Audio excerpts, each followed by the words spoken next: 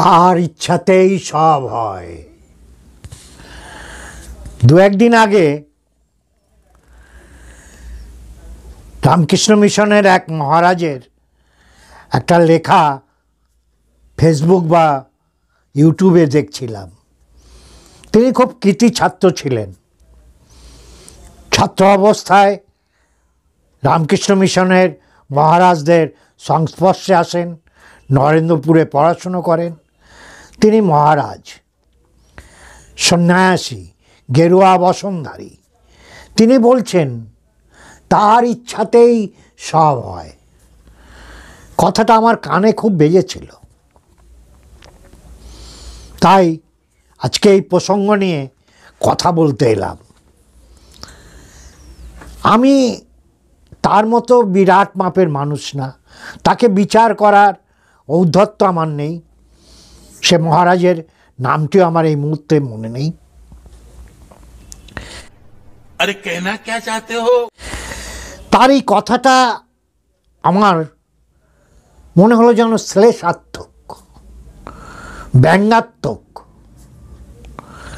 তিনি বলছেন যা কিছু হচ্ছে সব তার ইচ্ছাতে।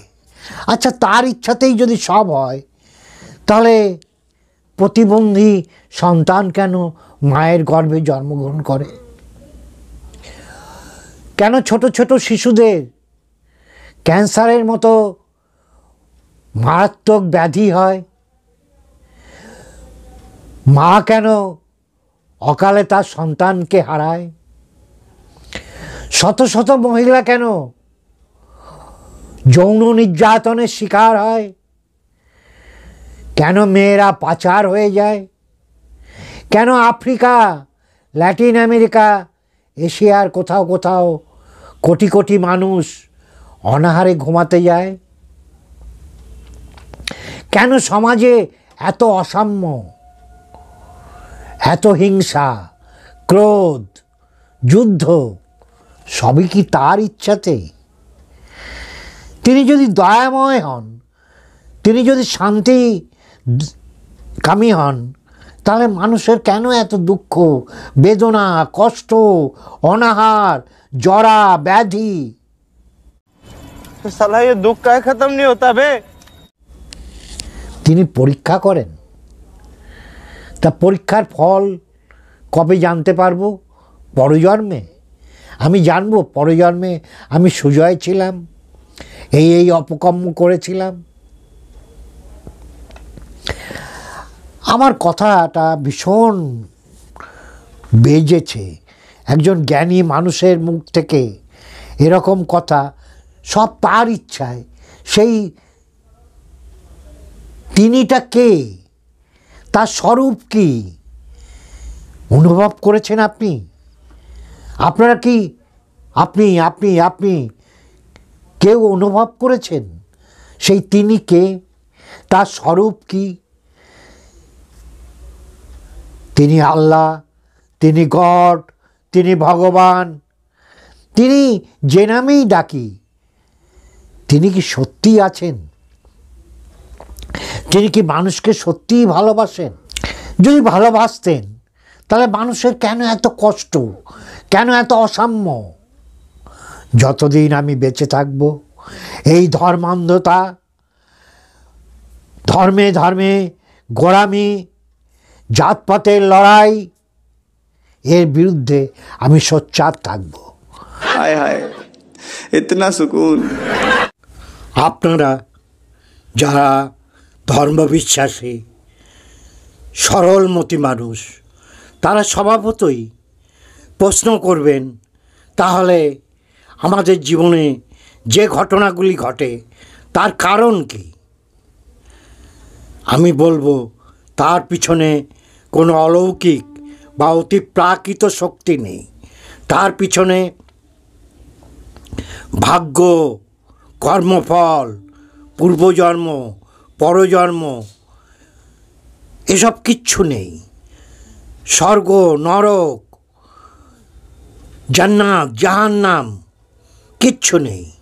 এর পিছনে কোনো বিজ্ঞানও নেই।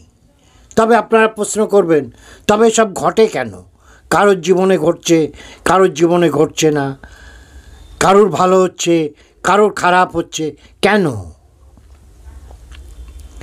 আমার যুক্তি, এটা একটা ঘটনা, এগুলো শুধুই হ্যাপেনিংস, এর পিছনে কোনো যুক্তি বা বিজ্ঞান নেই, কোনো অতিপ্রাকৃত শক্তি একে পরিচালনা করছে না। এগুলো একটা ঘটনা, হ্যাপেনিংস, ঘটে যায়, কারোর জীবনে দুর্যোগ ঘটে যায়। না হলে প্রাকৃতিক বিপর্যয় হাজার হাজার মানুষ মারা যাচ্ছে, কেউ আবার বেঁচে যাচ্ছে। কেন? এগুলো শুধুই হ্যাপেনিংস, একটা ঘটে যাওয়া, এর পিছনে কোনো যুক্তি নেই, কোনো বিজ্ঞান নেই, কোনো অতিপ্রাকৃত শক্তি নেই। যাই হোক, আমি কিন্তু আপনাদের কারো ধর্মবিশ্বাসে আঘাত দিতে চাইছি না। আপনাদের বিশ্বাস আপনাদের থাকুক, আমি শুধু আমার ব্যক্তিগত অনুভব, উপলব্ধি প্রকাশ করলাম। ধর্ম আমার কাছে ব্যক্তিগত আচরণ, ধর্ম যখন প্রাতিষ্ঠানিক রূপ পায় সে একটা আক্রমণাত্মক চরিত্র নেয়।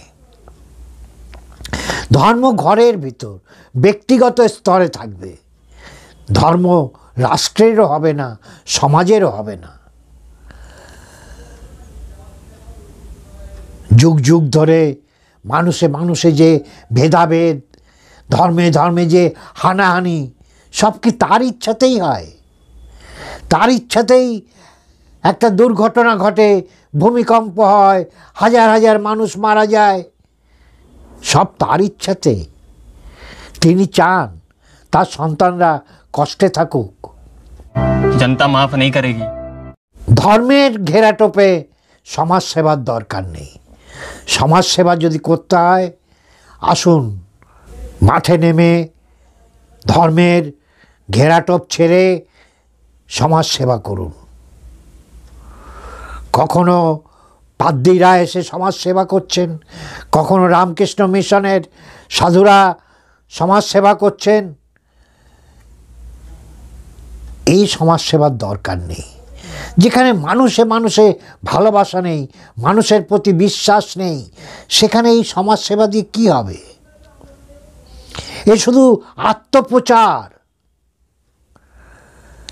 সেই তিনি যদি এতই দয়াময় হন, তাহলে কেন আমাদের এত কষ্ট, এত দৈন্যতা, অকাল মৃত্যু, ব্যাধি, কষ্ট ভোগ করতে হয়? তিনি তো দয়াময়, তাহলে মানুষকে কষ্ট দেন কেন তিনি? আজ আমার একটি বক্তব্য, যে ধর্ম যেন ব্যক্তিগত স্তরের বাইরে না যায়।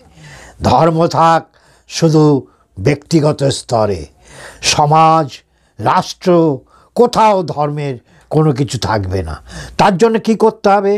প্রথম আমাদের স্কুল, কলেজ, চাকরি, যেখানে যা ফর্ম ফিল আপ করতে হবে, দরখাস্ত করতে হবে, কোথাও যেন ধর্মের পরিচয় কি সেই বলে কোনো কলম না থাকে। আমি হিন্দু, মুসলমান, এই দিয়ে আমি একটা কলেজে ভর্তি হব, কি স্কুলে ভর্তি হব, কি চাকরির অ্যাপ্লিকেশান করব, সেখানে আমার ধর্মের পরিচয় দিয়ে কী হবে? এটা তো আমার বিশ্বাস, আমার ব্যক্তিগত বিশ্বাস। এটা পাবলিক ডোমেনে পাঠানোর কি হলো? পৃথিবীতে রাষ্ট্রসংঘ এবং বড় বড় রাষ্ট্র আওয়াজ তুলতে হবে যে ব্যক্তিগত স্তরের, ব্যক্তিগত পরিসরের বাইরে কোনো ধর্মের পরিচয় থাকবে না। আর আদমশুমারি বা সেন্সাস, জনসংখ্যা হিসাব যেটা হয়,